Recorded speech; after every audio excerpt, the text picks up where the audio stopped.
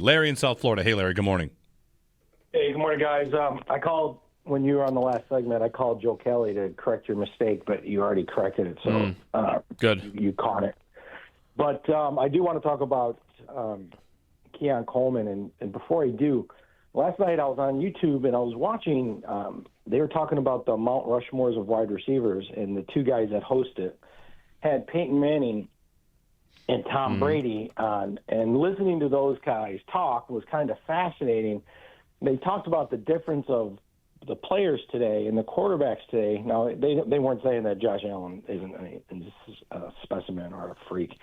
What they were saying, though, is the preparation now is so much different from the NFL to the college because really don't have two-a-days anymore, and the way that they used to get ready in the off-season is far different from what it is today.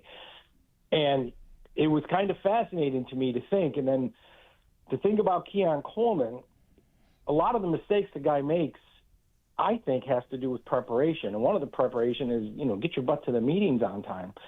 And it brought me back to think, did Brandon Beane really make that much of a mistake?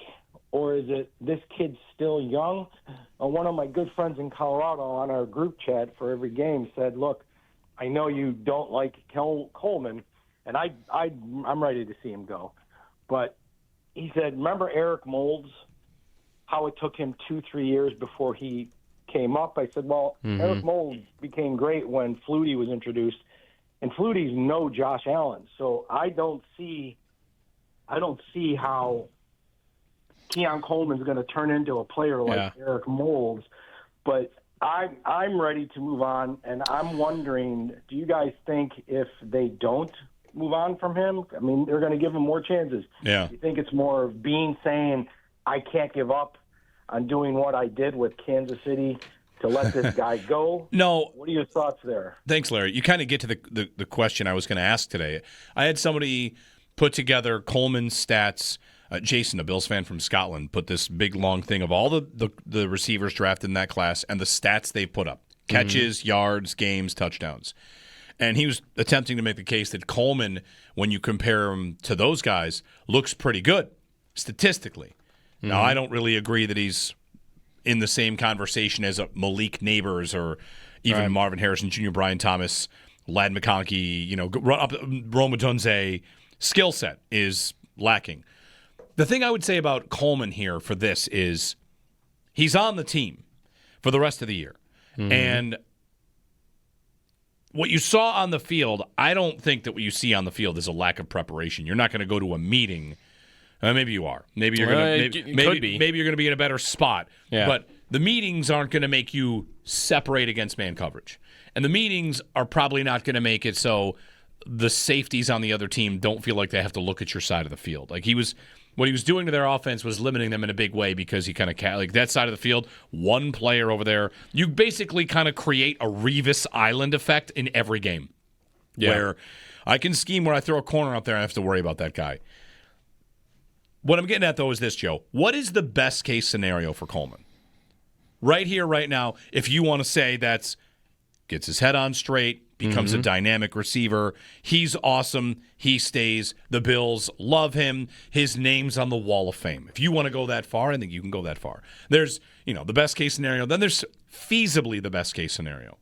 And I think feasibly the best-case scenario is he makes some plays, it looks better, and then in the offseason he has value and they move on from him. Because you have to ask yourself this.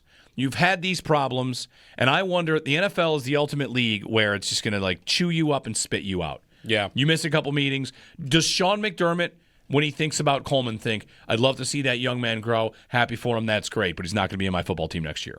You know what I mean? Yeah. The amount of trust he would have to earn back, I believe, is so significant that I almost want to think it can't happen. Right. There's not enough time. And then you got to between now and the start of the offseason, right. There's not enough time. If you knew this about this player, that he's missed a bunch of meetings in college, I don't know if they knew that about him at Florida State, would they draft him? Or would they just take him off the board? Right. Because the next stage for Coleman is going to be this. All right. He appears to show growth. It looks good. Now he's a player. Want to extend him? Ooh, definitely not. I don't know. Forget. It's almost you like could say skill set. You could say preparation. You could say maturity. Yeah. Again, for anyone who wants to call and say, I don't want to bury this kid, he's 22. I get that. I think that makes sense. Young, immature, whatever. Yep. Makes mistakes. Lots of stuff like that is fair to point out. But in this business, you're about to decide, should I give this player $50 million and commit to them long term? Teams are afraid of George Pickens. Right. And George Pickens is amazing. Right. And he got benched for a series. And I really wonder about the long-term future because I feel like it's that famous quote when someone shows you who they are, believe them, right? Yeah. And I just feel like the Bills might have already gotten to a point where they think like, okay, we'll get what we can out of this thing, and then we're going to get out of it. That's why I almost think the best-case scenario for him, which I don't really think is possible, but the best-case scenario for him would be that he gets back in due to circumstances of injury or whatever. He gets back in, and he's so good on the field that they go, man, he misses meetings. We can't trust him, but look how good it was. Look how good it was at the end. Look how many plays he made. Look how consistent he got on the field. And that's where I don't think that's going to happen. I don't see signs that was on the way or that was coming. But that would be the way to do it. And if that happened, it would be to make it so uncomfortable for the Bills to move on from you. Not because they might not want to, because they feel like they can't trust you, but because you've done it with your play. That happens all over the league, doesn't it? That's right. Guys, I mean, the Pickens and Lamb thing, they were at a casino or something was the story. Series, yeah. So they got suspended from a series. Why is it only a series? Because they're great. Because they're amazing players that they need to win that football game. And maybe if they were bottom of the roster guys, guess what? They probably don't get a jersey that day. Right. And maybe it was the first time that happened. I don't know if it was the first, second. The third meeting. Right. But why does in some teams have different cultures, right? Like where you can get away with this more than you probably can with the Bills, right? The Bills got rid of Marcel Darius in the middle of a season because he couldn't show up on time for things. Mm-hmm. But Tyreek Hill in Miami shows up late for everything, but he's Tyreek Hill.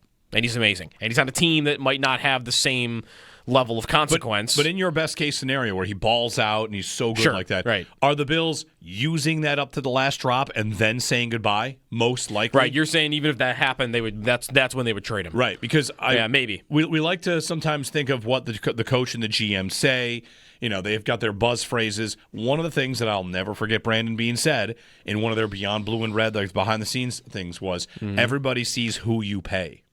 Like, who they pay is important. Mm-hmm. You want to make sure, if you're keeping your culture together, do the Bills ever want to be a team where, sure, you're a headache, but you're great? Yeah. They did that with Diggs and then chose to say, we won't do it anymore.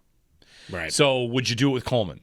Like, it's a good question. And anybody asking about, like, his future, I would put it as a long shot that he's ever extended by this team.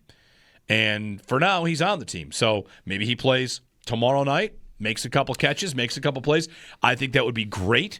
Great for the team, great for him. And even in those moments, it'd be, wow, I'm proud of you. Good growth. All right, pick up the call, see who wants him. Let's do something else. Yep. That would be my guess on the most likely thing. Is McDermott already done? Yeah, I mean, with a guy like, what would he have to do? Like, it's you're in the bad graces of a teacher, and like, what can I do for extra credit? He takes up wrestling. He takes up wrestling, and he brings coffee and donuts and wrestling weekly, and every day it's like, Coach. I was just gonna say he offers to play special teams, but I like that more. No, but he's just got a lot of work to do. I think it's more than just show up on time. He's got to completely rebuild trust, which is work. With probably the quarterback too, doesn't he? Yeah, I think so. I mean, the way Allen answered the question after Miami, which was he got one. He got one today. Like, oh, okay. Yeah. And there clearly hasn't been trust between those two when he's doing scramble drill out on the field. Yeah. So it's not just about McDermott. It's about the quarterback.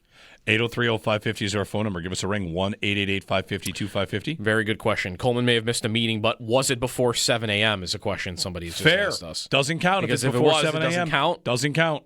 Nothing counts. Mm-hmm. It's just like they say, nothing good happens at a bar after 2 a.m. Nothing counts on a radio show before 7. Right.